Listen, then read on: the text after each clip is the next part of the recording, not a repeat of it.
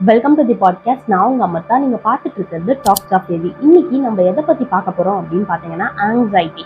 அதாவது நம்ம வாழ்க்கையில நடக்கிற சின்ன சின்ன கவலை தான் நம்மளோட லைஃப்ல நம்ம எடுக்கிற பெரிய பெரிய முடிவையே டிசைட் பண்ணுது. ஸோ இந்த கவலை இந்த டிப்ரெஷனோட ஒரு முதல் புள்ளியா இருக்கு.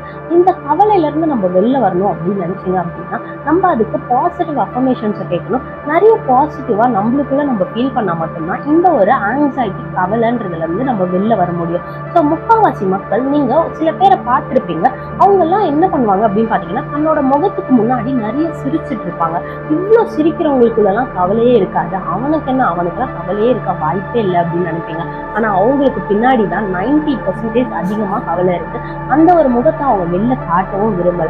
தனக்குள்ளேயே வச்சு அந்த ஒரு கவலையை தனக்குள்ளேயே வச்சு அனுபவிக்கிறாங்களா, அந்த வலி இருக்கு. அந்த வலி ரொம்பவே பெரிய கஷ்டமான வலி. அந்த வலியை அவங்களுக்குள்ளேயே அவங்க வச்சிருக்காங்க. நீங்களாம் ரொம்ப லக்கி. நிறைய பேர் நீங்க வெளியே சொல்லிடுவீங்க. பட் ஆனா சில பேர் சொல்லாமே இருக்காங்களா, ஏன்னா அவங்களோட காரணம்லாம் அந்த அளவுக்கு வேலிட் ஆனது. அதை வெளில சொல்றதுக்கும் பயந்துட்டே இருக்காங்க. ஸோ அந்த மாதிரி ஒரு பர்சன்ஸ்க்காக தான் அஃபர்மேஷன்ஸ் ரொம்பவே ஹெல்ப்ஃபுல்லா இருக்கும். இந்த அஃபர்மேஷன்ஸை நீங்க கேட்டீங்க அப்படின்னும் போது உங்களோட லைஃப்ல கண்டிப்பா உங்களுக்கு ஒரு ஃப்ரெண்ட் இருந்தாங்க அப்படின்னும் போது உங்களோட கவலையை நீங்க வெளியே சொல்ல வேண்டாம். எந்த ஒரு ரீசன்னாலும் நீங்க கவலைப்படுறீங்க அப்படின்னு சொல்லி. பட் ஆனா உங்களுக்கு ஒரு ஃப்ரெண்ட் இருந்தாங்கன்னா அந்த அஃபர்மேஷன்ஸ்ல இருந்து எப்படி உங்களை மோட்டிவேட் பண்ணி வெளில கொண்டு வராங்களோ அந்த வேலையை தான் நான் இன்னைக்கு செய்ய போறேன். ஸோ இந்த அஃபர்மேஷன்ஸ் எல்லாம் நீங்க எப்பப்பெல்லாம் உங்களுக்கு லோவா ஃபீல் பண்றீங்களோ இல்ல கவலையா ஃபீல் பண்றீங்களோ அந்த டைம்ல இதை கண்டிப்பா கேளுங்க. உங்களுக்கு ஒரு பாசிட்டிவ் எனர்ஜி ஃபீல் ஆகும். ஃபர்ஸ்ட் என்னன்னு பாத்தீங்கன்னா, நீங்க எப்பவுமே நான் பாசிட்டிவா தான் ஃபீல் பண்றேன், எனக்குள்ள நான் பாசிட்டிவிட்டியை மட்டும்தான் ஃபீல் பண்றேன், நான் என்னைக்குமே நெகட்டிவ் சைட் போக மாட்டேன் அப்படின்னு சொல்லி காலையில எந்திரிச்சோன்னு சொல்லிட்டே இருங்க. ரெண்டாவது விஷயம் என்னன்னு பாத்தீங்கன்னா மிஸ்டேக்ஸ். அதாவது நம்மளோட வாழ்க்கையில நம்ம மிஸ்டேக் பண்றோம் அப்படின்றது இயல்புதான். நீங்க எந்த அளவுக்கு மிஸ்டேக் பண்றீங்களோ அந்த அளவுக்கு நீங்க கத்துக்கிறீங்கன்னு அர்த்தம். இப்போ ஒரு எக்ஸாம்பிளுக்கு பாத்தீங்கன்னா, நான் ஒரு 500 ரூபாய் எடுத்து உங்ககிட்ட கொடுக்குறேன் அப்படின்னு சொல்றேன்னு வச்சுக்கோங்க. அந்த 500 ரூபாவை நான் நல்லா கசக்கிட்டு உங்ககிட்ட கொடுத்தேன் அப்படின்னா அப்பவும் உங்களுக்கு அந்த 500 ரூபாய் தேவைப்படும். இதே நான் அதை கீழே போட்டு நல்லா அழுக்கு பண்ணி நான் உங்ககிட்ட கொடுத்தேன் அப்படின்னா அப்பவும் உங்களுக்கு அந்த 500 ரூபாய் நோட்டு தேவைப்படும்ல.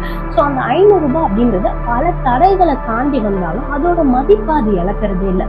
அதே மாதிரிதான் நம்மளோட வாழ்க்கையில நம்ம எவ்வளவுதான் கவலைப்பட்டு எவ்வளவுதான் கஷ்டப்பட்டு எவ்வளவு ஸ்ட்ராங்காகி நம்ம நிக்கிறோமோ அந்த அளவுக்கு நம்மளோட வேல்யூ இன்னுமுமே அதிகமாயிட்டு இருக்குன்னு அர்த்தம். ஸோ நம்மளோட வேல்யூ எந்த இடத்துலயும் நம்ம படுற கவலைனாலும் நம்ம படுற அசிங்கத்தினாலேயும் டிராப் ஆக போறதே கிடையாது. நீங்க பண்ற தப்பை யாராவது சுட்டி காட்டுறாங்க அப்படின்னும் போது அது தப்பா இருந்ததுன்னா அதை ஏற்றுக்கோங்க. அது தப்பா இல்லாத பட்சத்துல தயவு செய்து அதை மதிக்க கூட மதிக்காதீங்க. ஏன்னா உங்களோட வழியில மட்டும் நீங்க போங்க. இன்னைக்கு இருக்க முக்காவாசி சொசைட்டில பீப்புள் என்ன பண்றாங்க அப்படின்னு பாத்தீங்கன்னா, அவங்களோட பர்சனல்ஸை அவங்க சோஷியல் மீடியாஸ்ல போஸ்ட் பண்றாங்க. அப்படி போஸ்ட் பண்ணும்போது அவங்க என்ன பண்றாங்க அப்படின்னு பாத்தீங்கன்னா, அதுக்கு வர நெகட்டிவ் கமெண்ட்ஸ் இருக்குல்ல, அந்த நெகட்டிவ் கமெண்ட்ஸை பெருசா எடுத்து அதுக்காக தன்னோட உயிரையே விடுற அளவுக்கு அவங்க அந்த அளவுக்கு டிப்ரெஷன்ல போயிடுறாங்க. ஒரு விஷயத்த யோசிச்சுக்கோங்க, போஸ்ட் போடுறது எப்படி உங்களுக்கு உரிமை இருக்கோ அதே மாதிரி அதுக்கு கமெண்ட் பண்றதுக்கு இன்னொருத்தருக்கு உரிமை இருக்கு. ஆனா அவங்க தப்பா கமெண்ட் பண்ணிட்டாங்க அப்படின்றதுனால நீங்க அதை நினைச்சு ஃபீல் பண்றதை விட நீங்க நல்லா கமெண்ட் பண்ணிருக்காங்கல்ல அவங்கள நினைச்சு பெருமைப்பட்டுட்டு போங்க. கமெண்ட் பண்றது இல்ல உங்களை பத்தி ஏதாவது கிரிட்டிசைஸ் பண்றது அதை வச்சு உங்களோட வாழ்க்கையை நீங்க ஜட்ஜ் பண்ணிக்காதீங்க. மூணாவது என்னன்னு பாத்தீங்கன்னா, என்னோட வாழ்க்கையில நடக்கிற ஒரு மாற்றத்தையும் நான் டெய்லி வரவேற்றுட்டு தான் இருக்கேன். அந்த மாற்றத்துக்கு என்னைக்குமே நான் தடையா இருக்க மாட்டேன். எந்த ஒரு மாற்றம் வந்தாலும் என்னோட வாழ்க்கையில நான் சிரிச்சுட்டு அதை வரவேற்பேன் அப்படின்னு சொல்லி பாருங்க. உங்க வாழ்க்கையில எவ்வளவு மாற்றம் வந்தாலும் அது உங்களுக்கு பெருசாவே தெரியாது. உங்களுக்கு அது ஈஸியாவே நீங்க அதை கடந்து போயிடுவீங்க. நாலாவது விஷயம் என்னன்னு பாத்தீங்கன்னா, என்னோட வாழ்க்கையில எவ்வளவு பெரிய சோதனை வந்தாலும் சரி, எவ்வளவு பெரிய தடை வந்தாலும் சரி, ஆனா அதெல்லாம் தாண்டதுக்கான தகுதி, அதெல்லாம் தாங்கிறதுக்கான ஒரு ஸ்ட்ராங்கான பர்சனா நான் மாறிக்கிட்டு இருக்கேன். ஒரு நாளும் நான் அப்படி மாறுறதுனால எனக்குள்ள நானே பெருமைப்பட்டுக்கிறேன், நான் அவ்வளோ பெரிய ஸ்ட்ராங் பர்சன் சொல்லி. ஸோ இந்த மாதிரி விஷயத்தினால இந்த கவலை என்னைக்குமே என்ன அண்டவே அண்டாது. அஞ்சாவது என்னன்னு பாத்தீங்கன்னா, நம்ம மனுஷனோட வாழ்க்கையில நிம்மதி அப்படின்றது ரொம்பவே தேவையான விஷயமா இருக்கு. ஸோ என்னோட வாழ்க்கையில நான் ரொம்பவே நிம்மதியா இருக்கேன். என்னை எந்த ஒரு பிரச்சனையாலையும் என்னோட நிம்மதியை என்கிட்ட இருந்து பிடுங்க முடியாது. யாராலையும் என்னோட நிம்மதியை என்கிட்ட இருந்து வாங்கவே முடியாது. நான் என்னைக்குமே நிம்மதியா தான் இருப்பேன். நீங்க என்னதான் பண்ணாலும் என்னை ஒண்ணுமே பண்ண முடியாது. பிகாஸ் நான் அந்த அளவுக்கு அடிப்பட்டு ஒரு ஸ்ட்ராங்கான பர்சனா மாறி இருக்கேன் அப்படின்னு உங்களுக்கு நீங்களே சொல்லிக்கோங்க.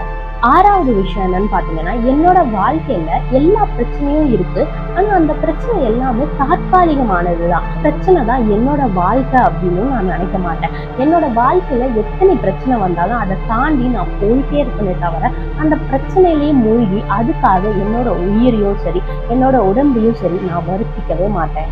ஏழாவது என்னன்னு பாத்தீங்கன்னா, என்னோட வாழ்க்கையில எவ்வளவுதான் டிப்ரெஷன் வந்தாலும், எவ்வளவுதான் ஆங்ஸைட்டி வந்தாலும், எவ்வளவுதான் கோவமான சுச்சுவேஷன்ல சில பேர் என்னை கோவப்படுத்தினாலும், எந்த ஒரு நிலைமையிலையும் நான் ரிலாக்ஸா காமா என்னோட வேலையை மட்டும்தான் நான் பார்த்துட்டு இருப்பேன். நான் யாருக்காகவும் என்னோட செல்ஃபை நான் என்னைக்குமே மாத்திக்க மாட்டேன். நான் இப்படிதான் இருக்க போறேன். என்ன உங்களுக்கு பிடிக்கல அப்படின்னா நீங்க வேணா மாறிடுங்க. எட்டாவது விஷயம் என்னன்னு பாத்தீங்கன்னா, பொதுவா மனுஷங்களுக்கு பயம் பதட்டம் அப்படின்றது வர்றது இயல்புதான். ஆனா அந்த பயம் பதட்டம் என்னோட வாழ்க்கையில கண்ட்ரோல் பண்ணி என்ன மொத்தமா கண்ட்ரோல் பண்ண என்னைக்குமே நான் விட மாட்டேன். என்னோட வாழ்க்கையில இந்த பயம் பதட்டத்தை நான் கண்டிப்பா தூக்கி போட்டே தீருவேன். என்னோட வாழ்க்கையில நான் சந்தோஷமா இருந்து எல்லார் முன்னாடியும் காட்டுவேன். என்ன இந்த ஆங்ஸைட்டி கவலைன்றது நெருங்கவே நான் விட மாட்டேன். ஸோ இப்போ நான் சொன்ன இந்த அஃபர்மேஷன்ஸ் எல்லாம் கேட்டு உங்களோட மைண்டை நீங்க கொஞ்சம் காம் பண்ணிருக்கீங்கன்னு நான் நம்புறேன். ஸோ தேங்க்யூ ஃபார் வாட்சிங் this video. Stay happy, stay healthy, stay positive. Bye by.